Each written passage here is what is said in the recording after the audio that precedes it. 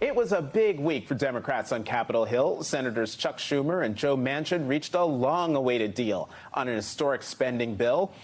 The Inflation Reduction Act would lower health care costs, implement a 15% minimum corporate tax, and make a substantial investment toward fighting climate change. But, because we're talking about the Senate, there's always a but. The one person who could derail this plan, Senator Kyrsten Sinema, has not revealed how she will vote. According to Axios, she's indicated she may want to change the deal, and that could derail its chances of passing the 50-50 Senate. But that's only half the battle. Whatever does pass the Senate has to pass the House next. And joining me now is Congressman Khanna of California. He is the deputy whip of the House Progressive Caucus. Congressman Khanna, welcome back to the Sunday Show. So, since we've been on the air, there's been a bit of news about Senator Sinema and how she feels about this deal in the Senate. It says, not upset she wasn't included in the talks between Schumer and Manchin, but she is pointing out that the corporate minimum, I think it was the closed loophole, there's some... The carried interest. The carried interest loophole is something she was not thrilled about, wasn't in the House original bill. Everybody knows she's not for this, and yet it somehow made its way into this bill. Do you think that she's going to end up killing the Inflation Reduction Act? No. As a result? No. Very confidently. Well, because she's enjoying the news while giving heartburn to every Democrat, and she's enjoying being talked about. But look, at the end of the day, this is a huge, huge deal for climate. She is not going to make a full break from the Democratic Party. The carried interest loophole, which we're talking about, is $14 billion of a massive deal on $800 billion. And she's not going to stop appropriate taxes on people who are in private equity. I mean, why should people making money on Wall Street be taxed at capital gains when everyone else is paying ordinary income? So I don't think she's going to make a full break from the Democratic Party, which is what this would be. Okay, so that's the Senate. That's the other chamber. So let's say all goes well and, she gives enough heartburn to the Democrats, it passes the Senate and comes over to the House. Will it pass the House? Because your majority is only a 5-seat majority, and there's some upset on the Democratic side about what's in or not in this bill.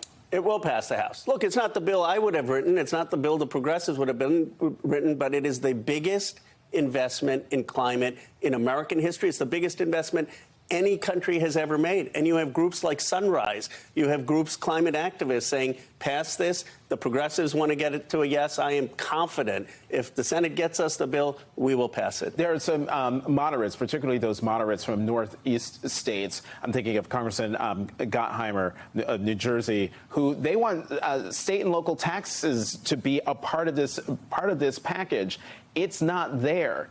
Do you think they'll go along with this bill if SALT's not in there? Yes, because first of all, this is not a tax bill. I mean, it has a provision to have taxes on corporations that aren't paying it, but it's not a tax bill on individuals. Secondly, look, they're not representing 60%, 70% Trump districts. Manchin was a different case. He's representing a state that Trump got 70% with, and that's why we had to negotiate with him. I've been saying negotiate with him for a past year.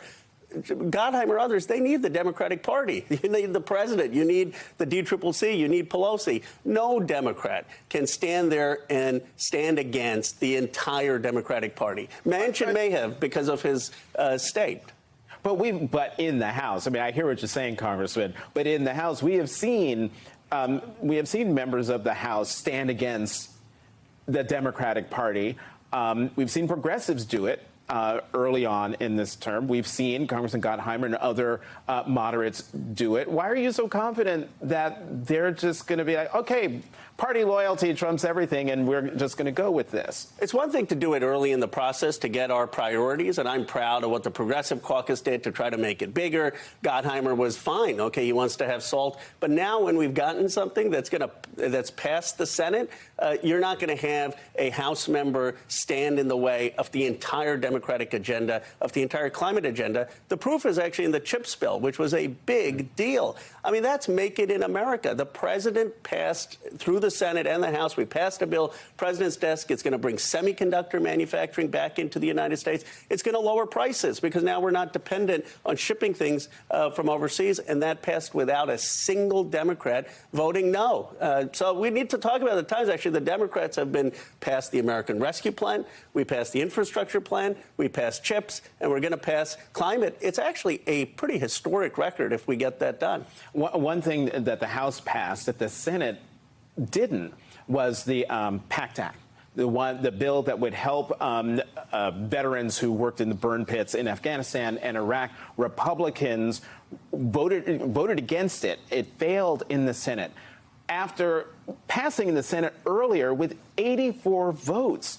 How can they make how do they justify that to veterans that they would vote against a bill like that? It's sheer vindictiveness, pettiness, hypocrisy.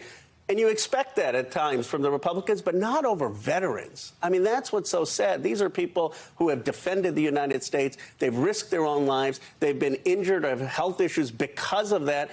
And you're playing politics because you don't want to give the Democrats a win. Ted Cruz has been so hypocritical on this. He voted for it, and then he comes up with some bogus answer about discretionary, mandatory spending. It makes absolutely no sense. The only reason they're doing this is to stick it to the president, but they're actually sticking it to our veterans. And one more question for you. The House has been very successful in passing laws, codifying Roe, passing an assault weapons ban just before the weekend, codifying Roe, legalizing contraception, and yet it's going to go over to the Senate and nothing's going to happen. It's going to die. Will those issues be enough for House Democrats to run on to convince voters in those districts to send Democrats back to Congress and have them keep the majority? Yes, for two reasons. One, we have passed things now through the Senate as well. So we have an agenda economically to go through. And then we can say, look, we are making progress. It's in 6 years, we've never had a vote on the assault weapons ban. Well, I've been in Congress. Now we did. And we passed it with 4 votes. Look at what we did. Give us 2 more senators and we will get this to be law. Give us 2 more senators and we will get Roe codified. We have done it in the House. We've taken the hard votes. Now we need the majority in the Senate. And by the way, we're standing up for working families and making things in America. I think it's a winning message. There's momentum, Jonathan. This has been a good week. I was looking forward to being back on today. It's been one of the best weeks of our term.